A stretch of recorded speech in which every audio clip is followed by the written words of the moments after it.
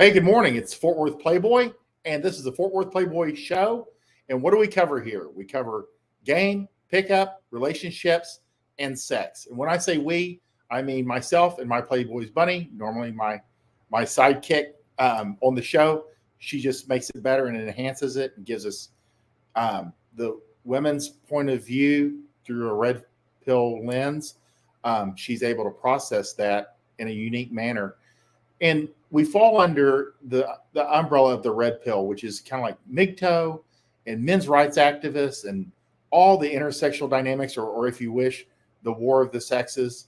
But when you come to our timeline, be it mine or Bunny's, we like to give you tactical, usable, on the ground information that you can apply that day to either move girls from complete strangers to naked and enthusiastically having sex in your bed, all the way to reigniting the fire in 20 and 30-year-old marriages that have lost their spark.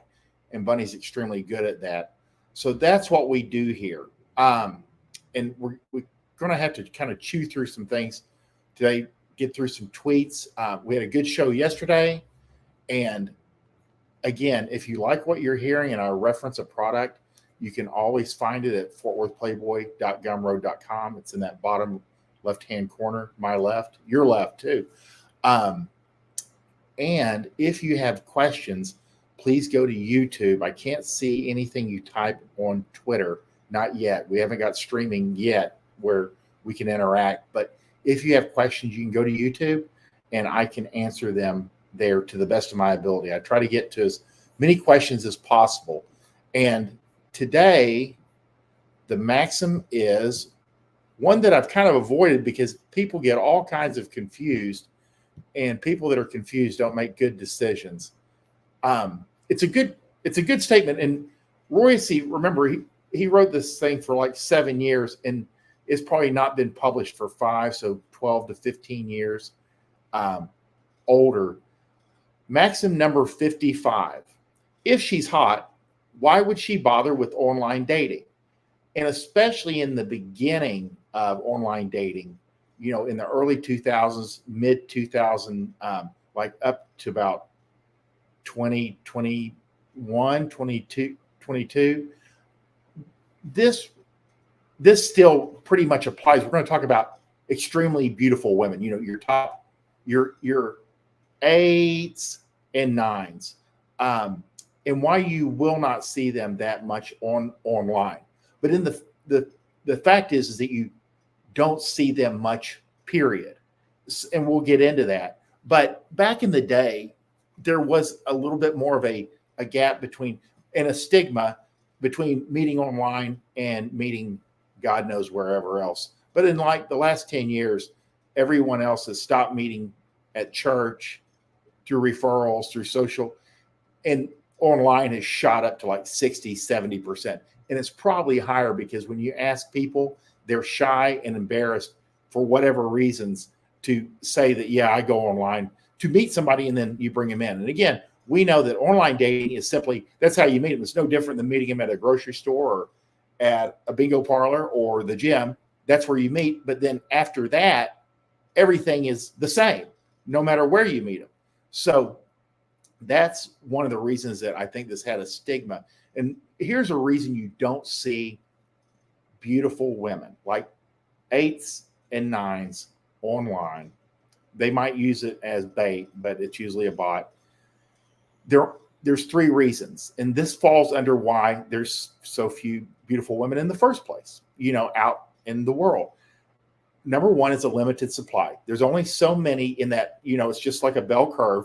Again, there's going to be more average girls, fewer hideous, physically deformed girls, and then fewer extreme genetics, environment, disposition, everything coming together to make a girl an 8 or a 9 physically. We're just only talking about physical beauty. It's the only thing you can see in the pictures. It's the only thing you see when you're first triggered. But pleasantness keeps them from aging fast, all kinds of benefits to a very genetically and environmentally gifted woman, there's not that many. So you're going to be pulling from an extremely small pool. So you're already talking about smaller numbers. That's why you don't see them online or even out in the world that much, because there's just not that many of them. And they tend to go to certain environments. You'll see them in upper echelon affluent communities. You'll find them in Miami. You'll find them in New York City. You'll find them in LA. You'll find some in Washington, D.C., even though D.C.'s kind of like known for where ugly people go that can't make it in LA. But you will find your genetically gifted, extremely attractive women tend to move towards larger cities, more affluence. Not always, but most of the time. So they're going to be in very small enclaves. They're going to be concentrated in that, because it's harder for them to, move through the world when you look like that. It's almost like being a celebrity all the time, and you can't turn it off or hide. So that's the real deal on extreme. We're talking like 8s and 9s. These guys are like always like beating their dicks about. They're like, why aren't they online? Well, there's just not that many of them. 2 is they tend to be taken off the market pretty fast. Normally they're married by 21 or 22. You're not going to find an 8 or a 9, out becoming a career girl, dismissing all of her physical advantages. She may down the road, after the kids are out of the house, sell real estate, open a boutique that her husband pays for. But generally, they tend to get married early, and so therefore they're off the market. And then they stay married. They just have more, because there's a more value there. Either the guys that they're picking are higher value, or there's just more invested in them staying. And again, when you move through the world as a beautiful woman, it's more like being like royalty without responsibilities. Things are given to them. Things are placed in their lap. Doors are open. Money is given. People make way. They never get a traffic ticket. There's all kinds of things that they're moving through the world in a way that you can't imagine unless you actually see it. And there's been there's like a Seinfeld episode where they had an extremely good looking woman, and she moved through the world. Everything was handed to her. And it just astounded, Jerry. So I definitely agree. I've always been told 8s to 10s for rent are for rent for weddings or events. And that's true too. Yes. Again, and that's how we kind of classify it. That 8, 9 range are, if they do make money, they make it off of their appearance. They do like product representation. They meet and greet. But normally, the vast majority, their job is being a wife to their husband, and representing him and his interests. And that's where you'll find most of them. But if down the road they want to make money, it's not through like retail or anything like that. That's why it's so shocking when you do walk into like a small town grocery and there's like a 7 bordering on an 8, and you're like, they're out of place, because that's not their environment. The third thing is when they do become single, and again, they don't become single very often. These are girls that will turn around if something has gone wrong and they're like 25, 26, 30, worst case scenario, they're the ones that you'll hear go, I've never not had a boyfriend since I was like 13. They literally just went from one boyfriend for a couple of years to the next boyfriend then married. And then for whatever, they're either a widow or the husband, became an alcoholic and lost all their money, or, there's a reason. But when they do break up, one, they're not going to be alone for long. We're talking like days, maybe a week, weeks on the outside. They tend to pull from social group or from an orbiter that's been in their group already. That's why I tell guys, like, if you bring a girl, when you run in like a higher, more affluent group, when you bring a girl in, if she really likes that group that you socialize with, should you break up with her, you should not be surprised if she ends up with one of your buddies, because girls that are savvy and smart and attractive, they will tell you, I'm not leaving this group. I may leave, they don't say it to them, but this is what they'll say to the players. I might leave him, but I'm not leaving this group. They're in a group and they're not leaving. So that is one thing that, like with extremely beautiful women, they stay within the group, or they either pull from an orbiter, they go to a friend of the ex.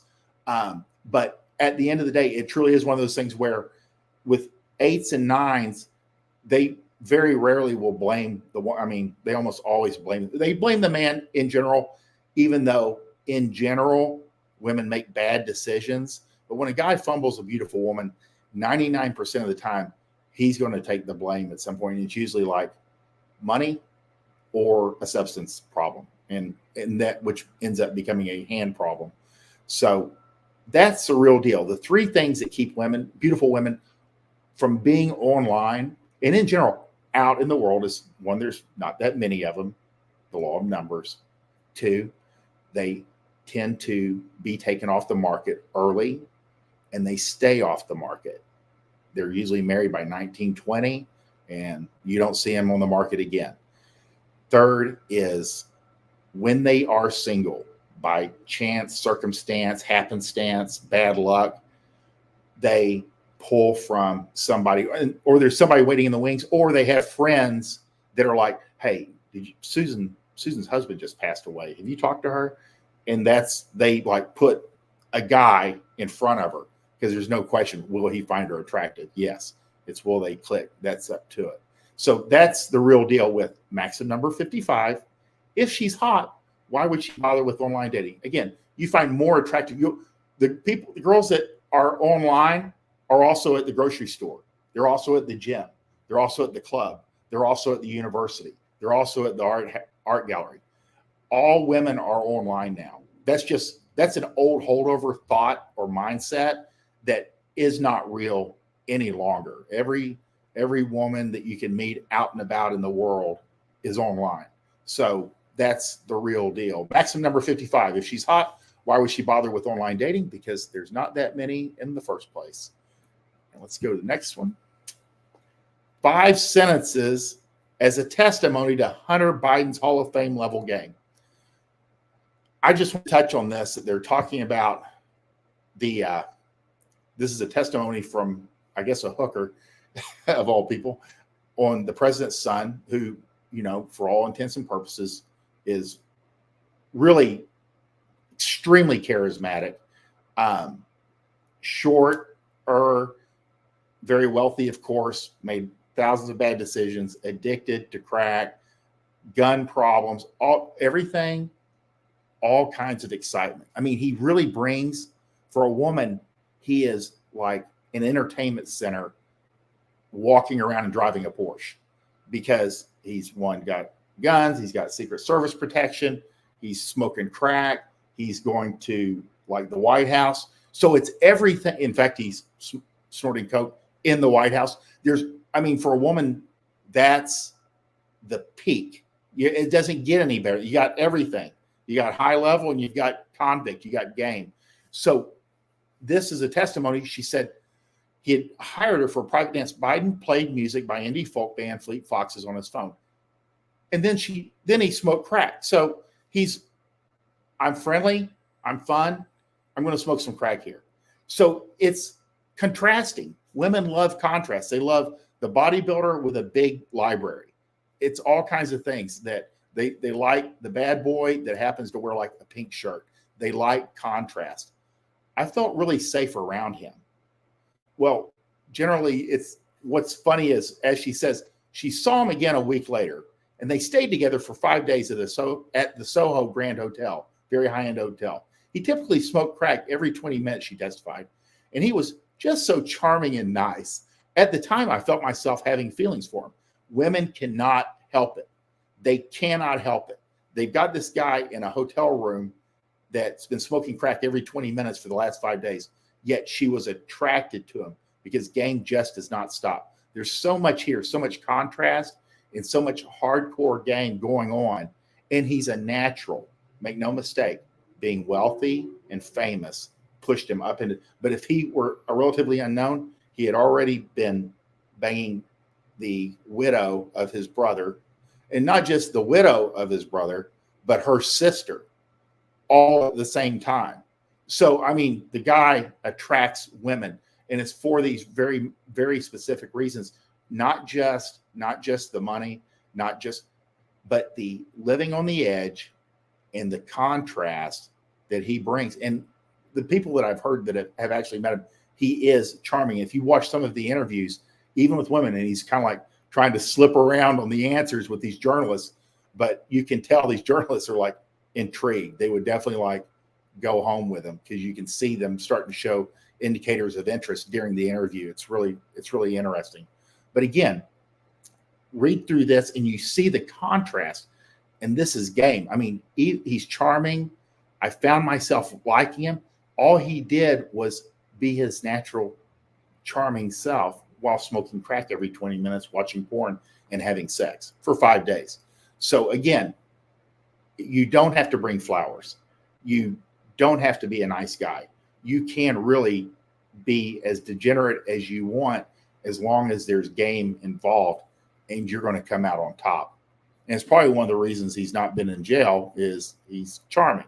It goes a long way in every facet.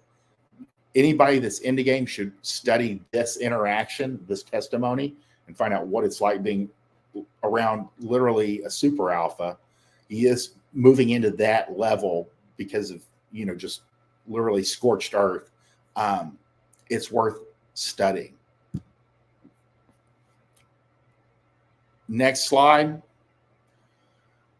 Unwitting type game confirmed. Let's look at a couple of these.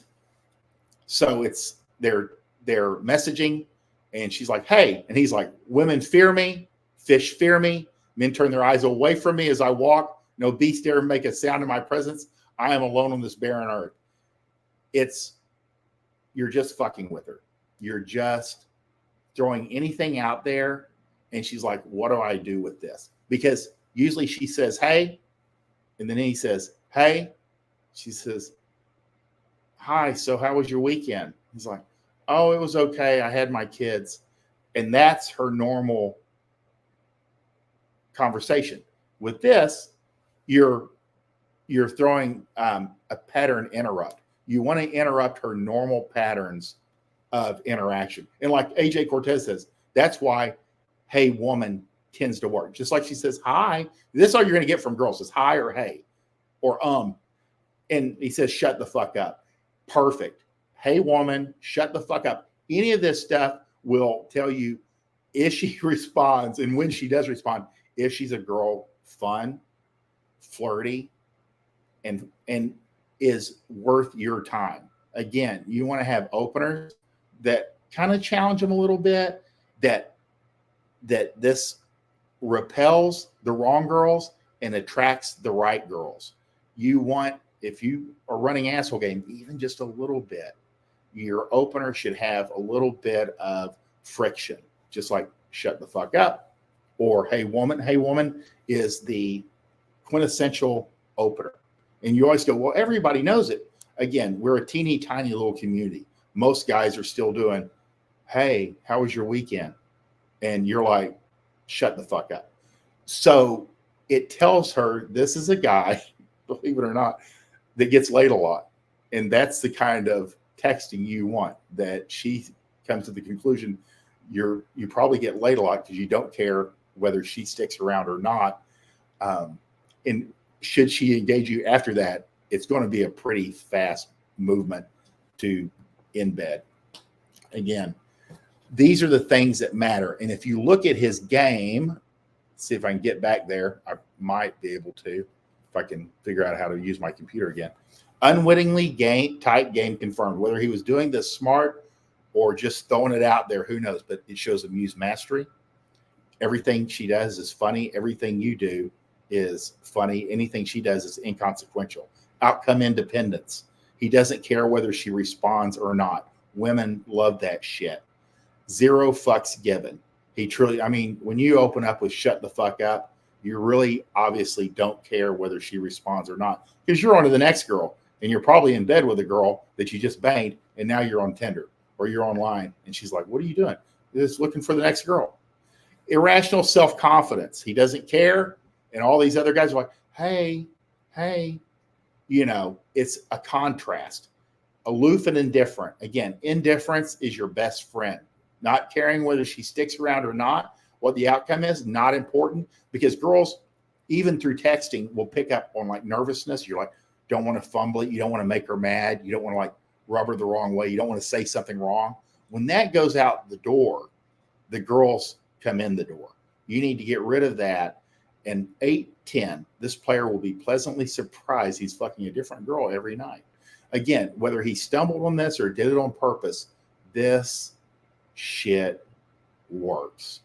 And again, all you can test out, just take 3 days and every opener is shut the fuck up and see how it works for you. You got to have a little bit of game on the backside of that. You got to follow up with some witty interactions. But again, it helps sort out the boring girls, the feminists, with fun, engaging, high energy girls that are most likely going to show up, and you can seduce them from there. You're looking for girls that are looking for fun, and that's you. Lots of fun. So that's a real deal with the openers of unwitting tight game being confirmed. Girls aren't ever that busy with their low-key alcoholism, hobbies, unimportant job careers, and fickle friends. For a girl, nothing is more important than meeting and locking down a high-value man. Again, when you ask a girl out, and should she say, well, I've got goat yoga Wednesday, and then I have girls' night out on Thursday, then I have a painting class on Friday, she's not interested. And you should get off the phone, and you should not contact her again. But a girl that is interested will move all of this bullshit out of the way in order to see you. She'll either say, yes, I can't that night, but I can next week. Or she'll say no with one of these bullshit excuses. Girls have like busy girl stuff. But at the end of the day, and you get around enough women, and you're around women long enough, you realize literally there is nothing more important from about the age of 5 forward than them meeting and locking down a high value man. It's like we say, what are girls' hobbies? Eating hot chips, lying, charging their phone, getting abortions. Those are what most people think of as girl hobbies, when actually girls' hobbies are meeting men, chasing men, having sex with men, juggling men, hiding men from each other. That is girls' hobby. Girls' hobbies from a very young age, you put boys and girls at like a 5-year-old's birthday. The girls are watching the boys. They're talking to the boys' moms about the boys. They're talking to their moms about the boys. They're kind of keeping an eye on the boy. What are the boys doing? The boys are fighting, falling down, bleeding, riding motorcycles, bicycles. Girls are not on their radar, not even until about 15 or 16. Then it's very intermittent. It's kind of like, oh yeah. So you have to realize from that young age all the way till their deathbed, it is men. That's their hobby. That's the most highest and most important thing for them. It's always kind of like the Brad Pitt analogy is like, if Brad Pitt asked her out, would she have said no? Again, you don't have to put yourself in that position. It's so hard to compare yourself to a super alpha, but it does give you a measuring stick. She's either going to say yes, no, I can't that date, but I can this date, which is a yes, or no. And then she'll give you some type of bullshit excuse. But none of this matters. Girls will move all of that shit. And if you ask enough girls, you go, well, what makes you crazy about Sarah? Well, every time Sarah gets a boyfriend, she stops talking to me. That's because the most important thing in the world for Sarah is the guy that's in front of her that she's having sex with, or the one that she's deemed she wants to have sex with when she's not having sex with these other guys. So that's the real deal. Is for women, men are the most important thing, and meeting and locking down a high value man is what she is literally driven. That's why she has a womb, so she can have babies for this high value man. And that's the real deal. Talking about the high end ladies selling a product, they work later. I mean, dang fleet foxes, and she thought she could fix them. But yeah, that's pretty good. JH, that's pretty good. Where like the hooker in the room with Hunter Biden saying, "I can fix it." That's pretty good. That's very insightful and very, very true. She's like, we could live in our crack house together, me and the president's son. And that's pretty good, man. That's really good insight. And we got 25 after, and I'm sorry if I'm rushing through this, but I'm trying to hit as many highlights and lowlights as possible this Friday afternoon. Foundational rules. You have to have rules in dating to make your life easier. The fewer decisions you have to make, the better off you'll be. Why? Let me give you an example of good rules. And this is not like a judgment on any eating system. But a vegetarian says, I got a rule. I don't eat meat. Therefore, it's not, I don't eat meat unless like I'm hungry, or I don't eat meat unless there's nothing else available, or I don't eat meat unless I'm traveling. It's I don't eat meat. And with that one rule, it really keeps them on track to being a vegetarian. And you can do the same thing in game and women and picking up women. The fewer decisions you have to make, the more bandwidth mentally you have to picking up women. You have to get rid of all the little decisions you make and get down to like where you can be quick, you can be witty, you can have lines. You use lines until you have your own stuff to work off of if you need to. But again, the more, to a certain extent, the rules that you lay down will make your life easier. And one rule for players is no compliments. We go with the odds. The chance of you giving a compliment and it moving her legs open and you between them is lower than you not giving a compliment and her legs opening and her pulling you in. No compliments. Society, her orbiters, and social media have already made her overly confident. There's absolutely no reason until after you're fucking her for a while, you can give a compliment. And the compliment should be something along the lines that's beneficial to you, like, I love the way your pussy feels, or your ass is the tightest I've ever had. It should, or you can suck a dick like a pro. It should be something that benefits you and reminds her that that's what she's there for. So no compliments. Society, social media, and her orders, her ego is already inflated. And it's so common. And for us, you guys go, oh, she probably doesn't. I don't give compliments that much. Well, most men do. They open with a compliment. They compliment her. They want to be in her good graces. And it just pushes women away and gives them an overinflated ego. And you can know this even when you test this out. And I tell guys, test this shit out.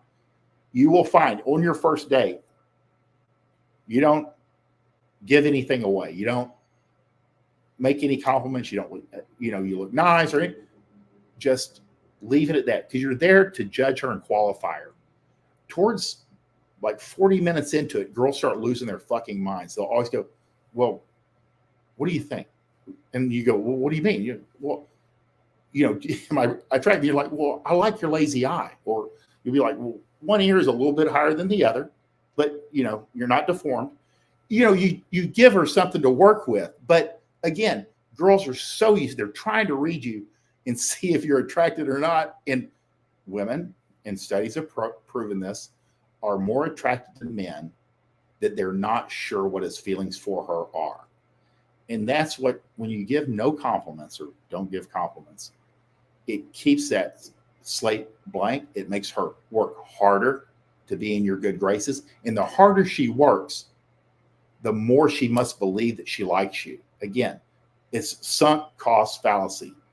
I'm really busting my ass to make this guy like me. He must be high value.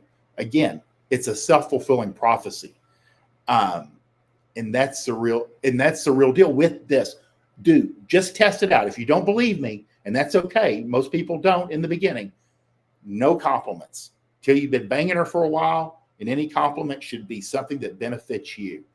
And that's how you do it. Just test it out. You will find it works. You'll see a little bit of a power shift, and I think you'll like the results. Guys, I'm out of time. It's time to switch over to fitness, and I appreciate you being here. If you'd like to financially support this channel and Bunny and I, our products are at fortworthplayboy.gumroad.com. My Playboy's Bunny.gumroad.com. She has the Fuck Like a Porn Star series, which is insanely fantastic. I highly recommend it. And if you like anything that you've seen today, basic training 1 and 2 tends to cover almost everything that we've been talking about today. And I hope you guys have a very good weekend. We will see you at 7 a.m. Monday morning.